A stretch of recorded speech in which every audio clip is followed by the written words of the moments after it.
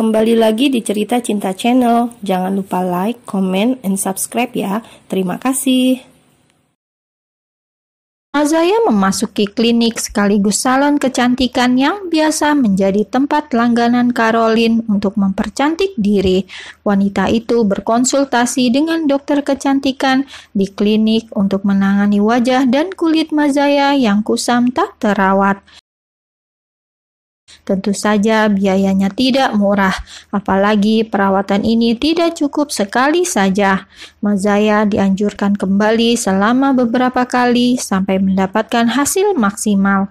Namun karena perawatan yang dia ambil adalah perawatan kulit terbaik bertabur diamond, jadi hasilnya bisa lebih cepat dan maksimal dari perawatan biasa. Mazaya juga mengubah bentuk rambutnya yang sebelumnya lurus dan terlihat lepek, kini tertata rapi dan terlihat lebih sehat. Mazaya yakin Arnold pasti akan kaget melihat perubahan istrinya kali ini. Usai melakukan perawatan diri, Mazaya membeli beberapa pakaian, sepatu, tas, dan perhiasan untuk mempercantik dirinya. Tentu saja itu semua memakai uang Arnold. "Wah, pangling sekali sama penampilan kamu," ucap Raffaello yang tiba-tiba muncul saat Mazaya selesai berbelanja dan menunggu taksi yang akan membawanya pulang. Kemunculan Raffaello yang selalu tiba-tiba membuat Caroline ingin sekali memukulnya. Namun tentu saja hal itu tidak akan bisa terjadi karena Raffaello bukanlah manusia seperti dirinya. "Tidak buruk kan? Tidak terlalu jelek lagi?" tanya Mazaya sambil mengibaskan rambut ke belakang. Raffaello memandangi Mazaya dari atas hingga bawah, lalu ia mengangguk setuju dengan pendapat wanita itu. "Ya, kamu memang ahli untuk urusan seperti ini, Caroline. Semangatlah dan jangan lupa, setelah kamu berubah cantik, selesaikan misi untuk membongkar perselingkuhan tunanganmu," kata Raffaello mengingatkan.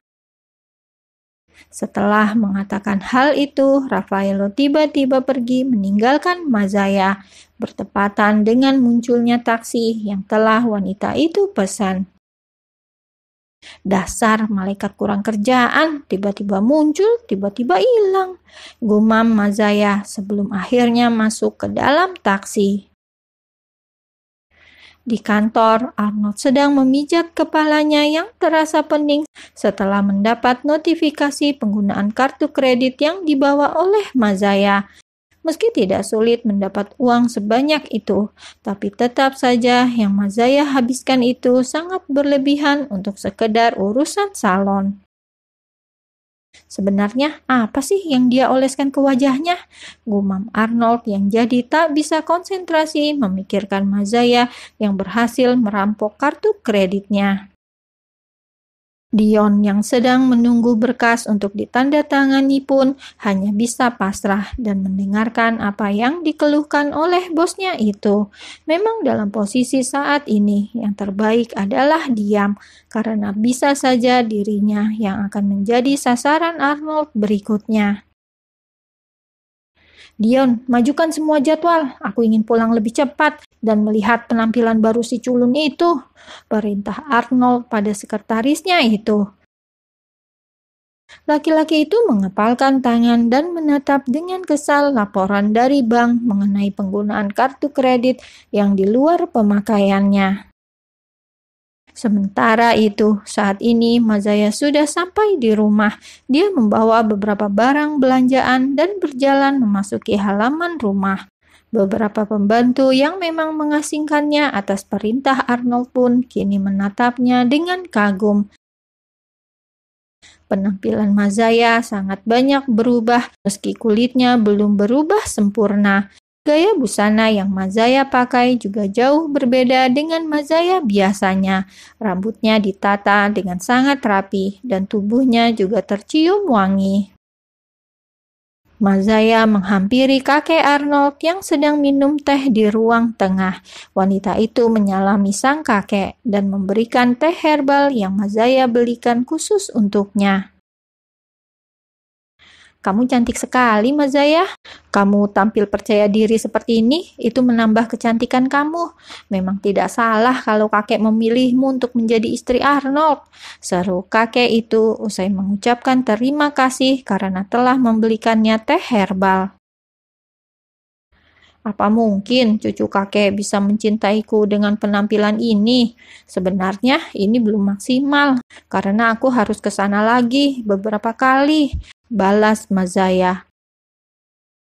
Beberapa kali lagi? Kamu sengaja mau bikin aku bangkrut? Suara Arnold tiba-tiba sudah memasuki rumah. Laki-laki itu baru tiba beberapa saat setelah taksi yang membawa Mazaya meninggalkan halaman rumah. Mazaya merasa kesal mendengar ucapan Arnold yang datang-datang langsung menyahut. Wanita itu berbalik badan dan menatap suaminya dengan tatapan tidak suka. Arnold melihat perubahan pada wajah Mazaya yang di matanya terlihat lebih cantik.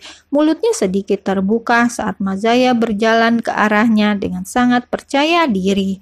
Mazaya kali ini memang belum 100% bersinar, tapi setidaknya wajah kusam itu sudah lenyap dari wajah Mazaya. Katanya kamu mau istri cantik, ngabisin duit segitu aja protes. Daripada duit kamu habis buat jajan sama perempuan lain, mending aku habisin aja. Suara lantang Mazaya yang kini mengangkat dagu untuk menantang Arnold membuat laki-laki itu membuang muka karena malu. Memang selama ini dia tidak pernah memberikan uang khusus untuk Mazaya merawat diri dan justru sibuk menyewa para wanita cantik untuk membuat Mazaya sakit hati. Tujuannya agar wanita itu memaksa kakek Arnold untuk membuat mereka bercerai. Mazaya berdiri semakin dekat dengan Arnold hingga membuat aroma wangi vanila stroberi menguar di indera penciuman laki-laki itu. Mazaya yang sekarang benar-benar membuat adrenalin Arnold melambung tinggi. Berdekatan dengan istrinya itu membuatnya merasa lebih tertantang. Sangat berbeda dengan Mazaya sebelum kecelakaan yang sangat penurut dan mudah ditindas.